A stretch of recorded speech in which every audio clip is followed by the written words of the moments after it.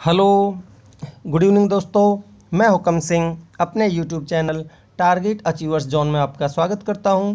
अपनी Indian geography की series को आगे कंटिन्यू करते हुए आज हम लेक्चर 15 पढ़ेंगे, जिसमें हम पेनिनसुलर प्लेट्यू ऑफ इंडिया को डिस्कस करेंगे। दोस्तों, ये जो टॉपिक है ये बहुत ज़्यादा इंपॉर्टेंट है एग्जाम पॉइंट ऑफ व्यू से, और ये थोड़ा बड़ा टॉपिक है, इसलिए हम इसको दो पार्ट्स में डिवाइड करेंगे। जिसमें हम आज पार्ट 1 पढ़ेंगे, जिसमें हम केवल सेंट्रल हाईलैंड्स को देखेंगे, यानी कि जो अपने सेंट्रल हाईलैंड्स में जितने भी प्लेट्यूज हैं हम उनके बारे में डिस्कस करेंगे।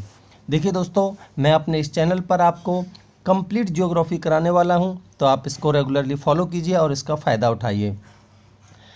ये जो सीरीज़ है दोस्तों, ये आपके लिए यूपीएससी तक कवर करेगी। उसके बाद एसएससी, रेलवे, या फिर कोई भी बैंकिंग एग्ज़ाम हो, डीएसएसबी का एग्ज़ाम, या फिर कोई भी डिफेंस एग्ज़ाम हो, या फिर कोई भी आपका स्टेट पीसीएस एग्ज़ाम हो, हर एग्ज़ाम के लिए आपके लिए बेनिफिशियल है, तो आप इसका फ़ायदा उठाइए। देखिए, जो हमारे सेंट्रल हाईलैंड्स हैं मैं उनका ओवरव्यू आपको दे देता हूँ।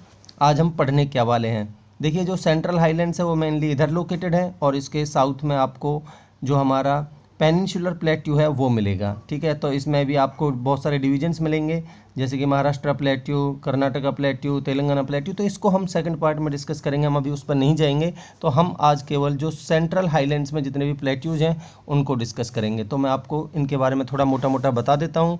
देखिए, जो हमारी अरावली रेंज है गुजरात के पालनपुर से लेकर दिल्ली रेंज तक जो फैली हुई है, इसके वेस्ट साइड में आपको मेवाड़ प्लेन्स मिलेंगे और ईस्ट साइड में आपको मेवाड़ प्लेट्यू मिलेगा। ठीक है, इसके बाद हम पढ़ेंगे आपका मालवा प्लेट्यू, उसके बाद हम बुंदेलखंड प्लेट्यू, उसके बाद बघेलखंड प्लेट्यू, उसके बाद छोटा नागपुर प्लेट्यू, उसके बाद हम इसी में हजारीबाग प्लेट्यू, राजमहल हिल्स, इसके बाद हमारे जो मेघालय या शिलोंग प्लेट्यू, जिसमें हम गारो, खासी और जैंतिया हिल्स देखेंगे, और मिकिर रेंज भी हम देखेंगे।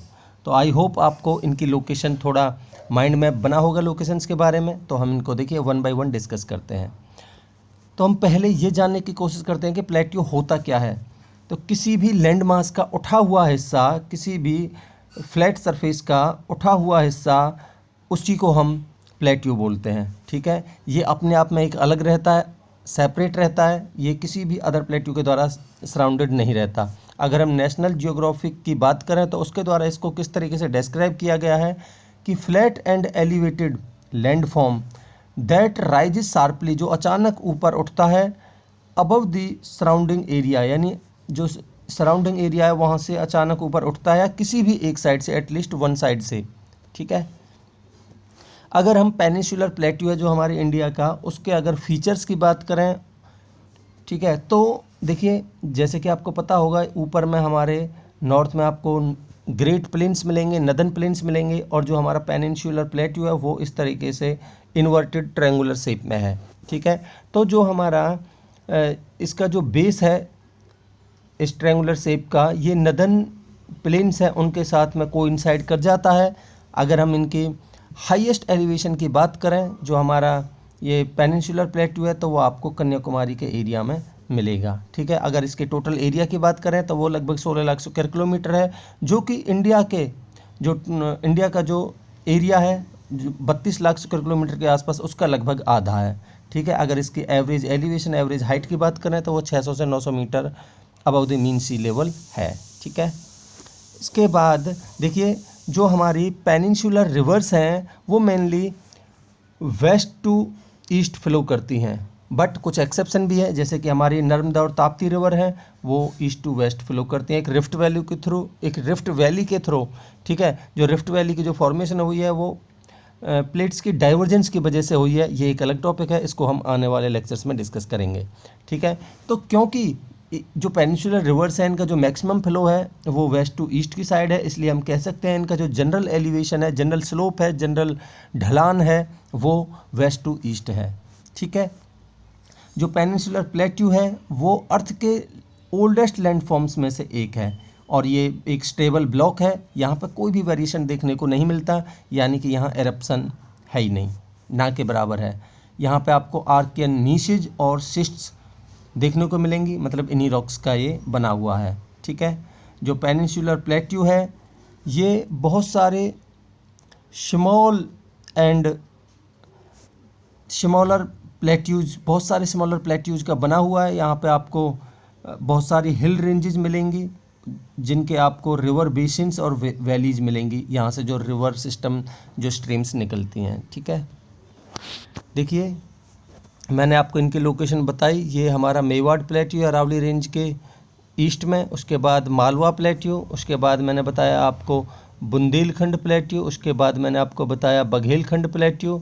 ठीक है, उसके बाद आपको बताया मैंने ये छोटा नागपुर प्लेट्यू, उसी का हिस्सा है हमारा ये हजारीबाग प्लेट्यू। उसके बाद हमारा ये मेघालय प्लेट्यू हम इधर देखेंगे, शिलोंग या मेघालय प्लेट्यू। ठीक है, तो हम इनको डिस्कस करने वाले हैं। ये जो हमारा पेनिनसुलर प्लेट्यू है इंडिया का, इसको हम नेक्स्ट लेक्चर में डिस्कस करेंगे। ठीक है, देखिए जो हमारा मारवाड़ प्लेट्यू या मेवाड़ प्लेट्यू एक ही बात है, इसके बारे में हम देखते हैं। देखिए ये है हमारा मेवाड़ वाला रीजन। तो ये जो प्लेट्यू है मेवाड़ प्लेट्यू, ये ईस्टर्न राजस्थान में लोकेटेड है।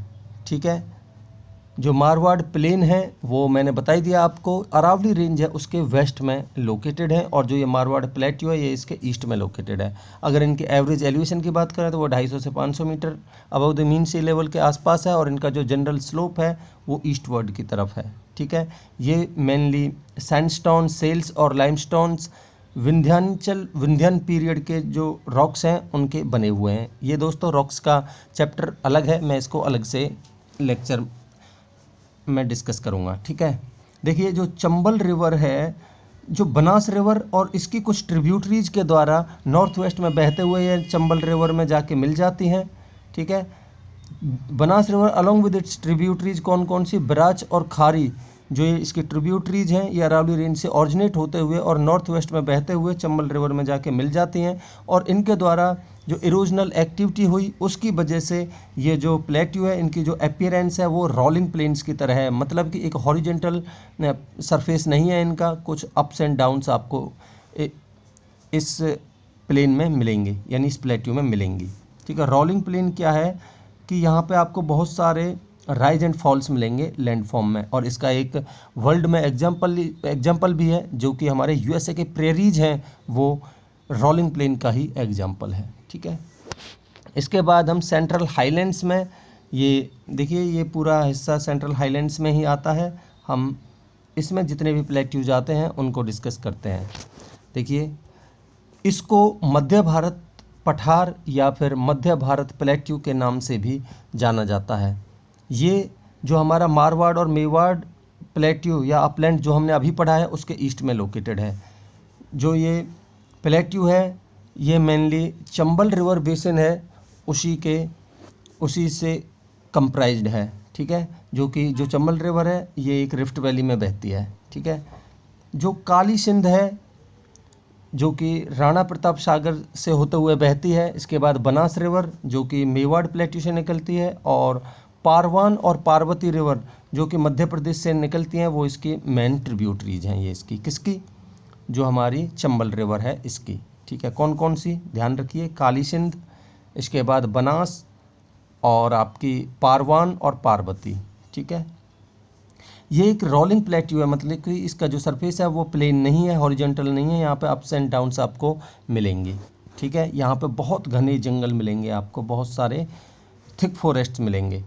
इसके नॉर्थ में यानी कि जो हमारा ये मालवा प्लेट्यू है इसके नॉर्थ में आपको रेविन्स या बैडलैंड्स मिलेंगे। देखिए रेविन्स के बारे में मैंने आपको बता ही दिया पिछले लेक्चर में कि जो हमारा कोई भी वाटर स्ट्रीम है, रिवर है, उसके द्वारा जो बैंक्स की जो लैंड मास है उसको काटते हुए जो इरोजन किया जाता है उसी को हम रेविन्स या बैडलैंड्स बोलते हैं।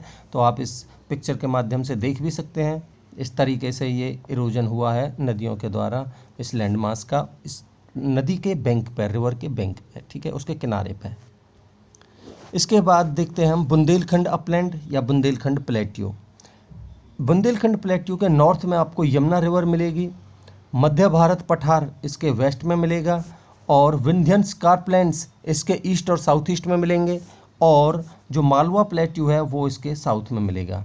देखिए दोबारा सुनिए, इसके नॉर्थ में मिलेगा यमुना रिवर, ठीक है। नॉर्थ में यमुना रिवर। मध्य भारत प्लेट्यू है वो मिलेगा इसके वेस्ट में, और ईस्ट या साउथ ईस्ट में आपको मिलेगी विंध्यन स्कार्पलैंड्स, और इसके साउथ में मिलेगा आपको मालवा प्लेट्यू। ठीक है। ये बहुत ही पुराना डिसेक्टेड अपलैंड है। डिसेक्टेड बोले तो ये नदियों के द्वारा काटा हुआ है, यानी कि ये टुकड़ों में है। ठीक है। और ये जो मेनली ग्रेनाइट और नीशिज का बना हुआ है। ठीक है। ये कुल मिला के उत्तर प्रदेश के 5 डिस्ट्रिक्ट और मध्य प्रदेश के 4 डिस्ट्रिक्ट्स में फैला हुआ है। तो मैं आपको ये दिखा देता हूँ, ये आपको पता होना चाहिए, कई बार इसके ऊपर क्वेश्चन उठ सकता है। ठीक है। तो आप देखिए, ये जो ब्लू कलर में है ये हमारा यूपी के डिस्ट्रिक्ट्स हैं, और ये हमारे ग्रीन कलर में है ये मध्य प्रदेश के डिस्ट्रिक्ट हैं। तो आप देख सकते हैं दमोहा, पन्ना, सागर, छतरपुर डिस्ट्रिक्ट, टीकमगढ़ डिस्ट्रिक्ट, इसके बाद दतिया, ये हैं हमारे एमपी के। इसके बाद अगर हम यूपी की बात करते हैं तो ललितपुर, झांसी, हमीरपुर, महोबा, बांडा, चित्रकूट, तो ये सब मिलेंगे आपको। ठीक है। देखिए, ये टॉपिक भी अभी कुछ टाइम पहले न्यूज़ में था कि जो हमारी कैन बेतवा इंटरलिंकिंग प्रोजेक्ट है, ये इसके ऊपर चर्चा चल रही है, जिसकी वजह से ये जो पन्ना नेशनल पार्क है ये भी अफेक्ट होगा। तो ये एक आर्गूमेंट बना हुआ था इसके ऊपर, तो ये न्यूज़ में था, ये आपको पता होना चाहिए।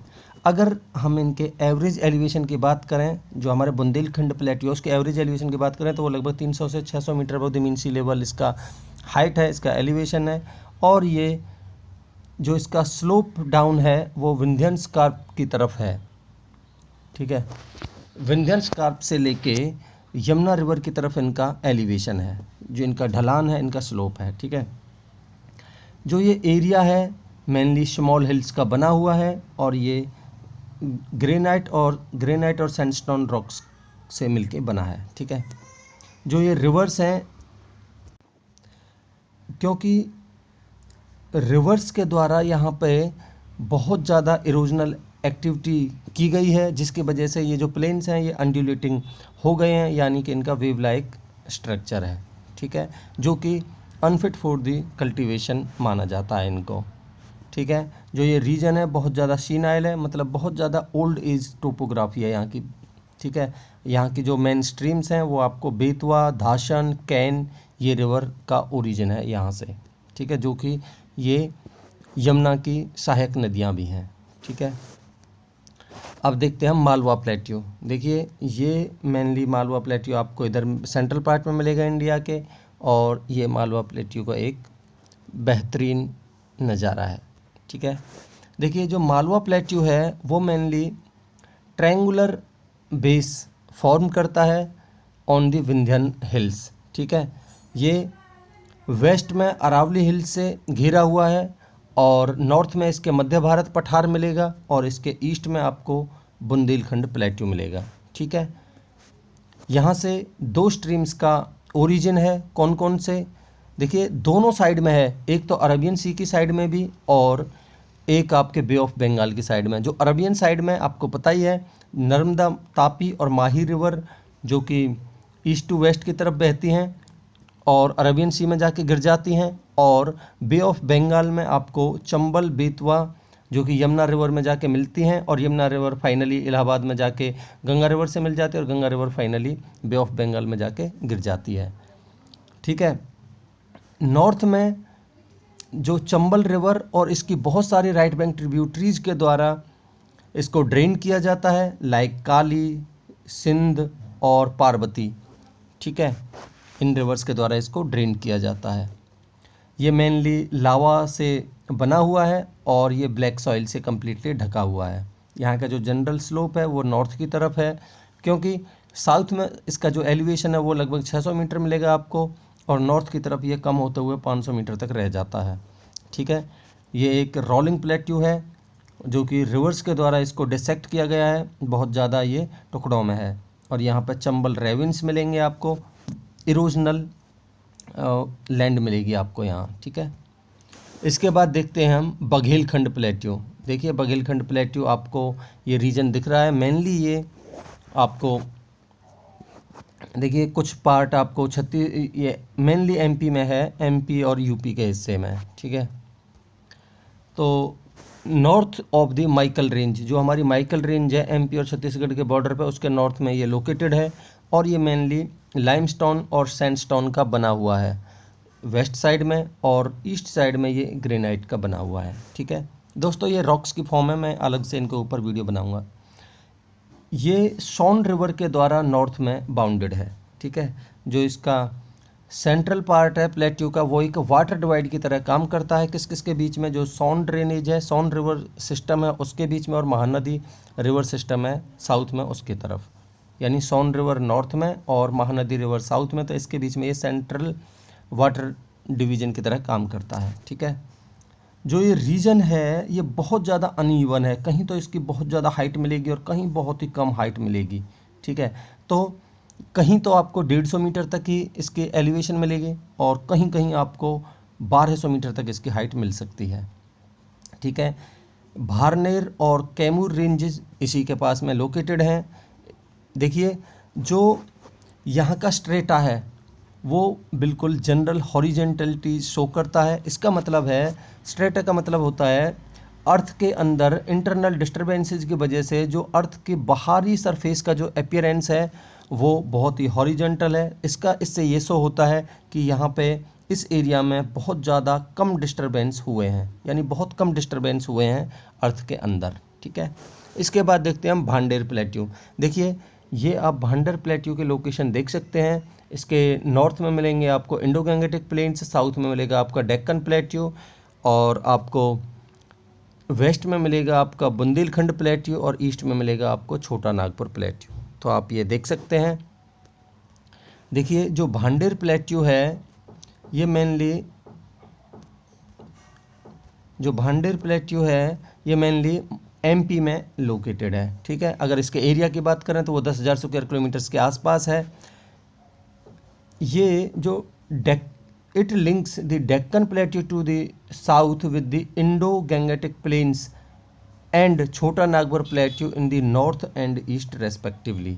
इसका मतलब ये हुआ कि साउथ में तो ये डेक्कन प्लेट्यू के साथ मर्ज हो जाता है, नॉर्थ में ये आपके इंडो गैंगेटिक प्लेन्स के साथ में, और ईस्ट में ये छोटा नागपुर प्लेट्यू के साथ, ठीक है।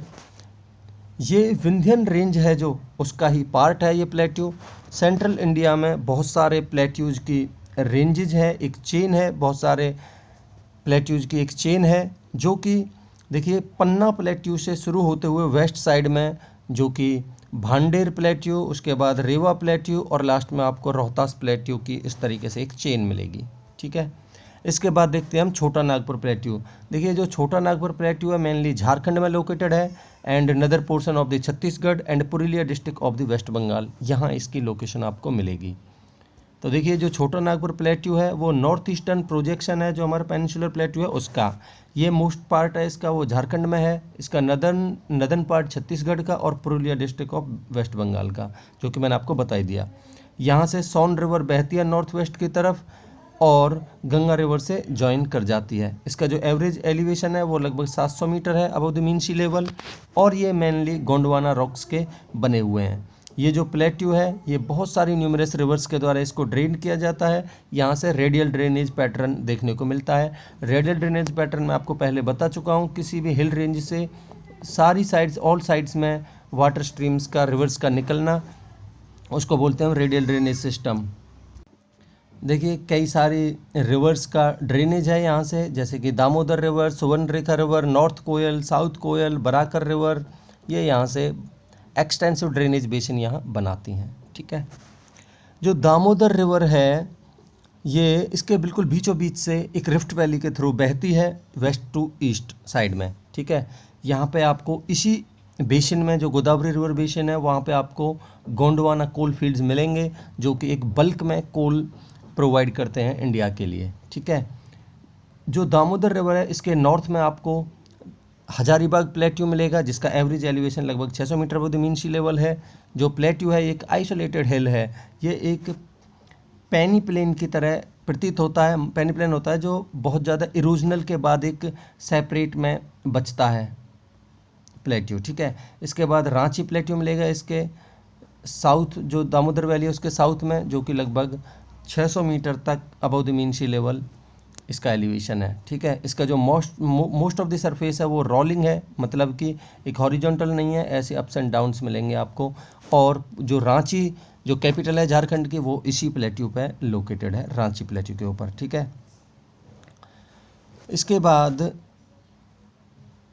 जो राजमहल हिल्स हैं, इसका north eastern edge of the Chota Nagpur plateau are mostly made of the basalt की बनी हुई हैं, और ये मेनली लावा से ढकी हुई हैं, ठीक है। और जो इसका एक्सटेंशन है वो नॉर्थ टू साउथ है, और इसका जो हाईएस्ट जो पीक है इसके वो 567 मीटर उसकी हाइट है, ठीक है। और ये बहुत ज़्यादा डिसेक्टेड है, मतलब टुकड़ों में है, ठीक है।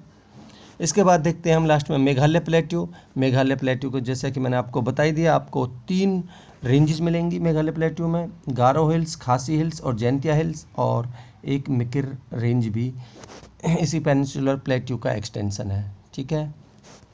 इसके बाद देखिए जो पेनिनसुलर प्लेट्यू है वहाँ आपको देखिए जो पेनिनसुलर प्लेट्यू के जो राजमहल हिल्स को मेघालय या शिलोंग प्लेट्यू से एक गैप सेपरेट करता है, जिसको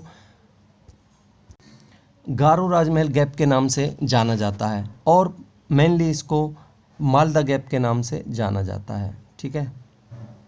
मालदा गैप के नाम से गंगा ब्रह्मपुत्र फ्लो करता है इसी गैप के थ्रू, यानी जो मालदा गैप है इसी से हमारी गंगा ब्रह्मपुत्र फ्लो करती हैं, ठीक है। देखिए ये जो प्लेट्यू है ये आर्क एंड क्वार्टजाइट सेल्स और सिस्ट्स का बना हुआ है, और ये जो प्लेट्यू है अगर इसका स्लोप देखें तो नॉर्थ की तरफ आपको ब्रह्मपुत्र वैली मिलेगी, और साउथ की तरफ आपको सुरमा और मेघना वैलीज मिलेंगी, ठीक है। जो इसकी वेस्टर्न बाउंड्री है वो लगभग कोइंसाइड कर जाती है मोर और लेस किसके साथ में, जो बांग्लादेश बॉर्डर है उसके साथ में। इसका western, central and eastern parts हैं वो प्लेट्यू आपको मैंने बता ही दिया। गारो हिल्स जिनकी हाइट है 900 मीटर, इसके बाद खासी और जैंतिया हिल्स उनकी हाइट है 1500 मीटर, और मिकिर हिल्स जिनकी हाइट है 700 मीटर, ठीक है। इसका जो हाईएस्ट पॉइंट है वो शिलोंग है, जो कि 961 मीटर के हाइट पे लोकेटेड है। तो इस तरीके से दोस्तों ये लेक्चर कंप्लीट होता है। मैं आशा करता हूँ कि आपको पसंद आया होगा और अच्छा लगा होगा। अगर अच्छा लगा है तो आप मेरे YouTube channel target achievers zone को लाइक, शेयर एंड सब्सक्राइब कीजिए। अगर आपको कोई भी डाउट है then you can comment me, I'll try to clear that. Okay, thank you so much. Have a great day.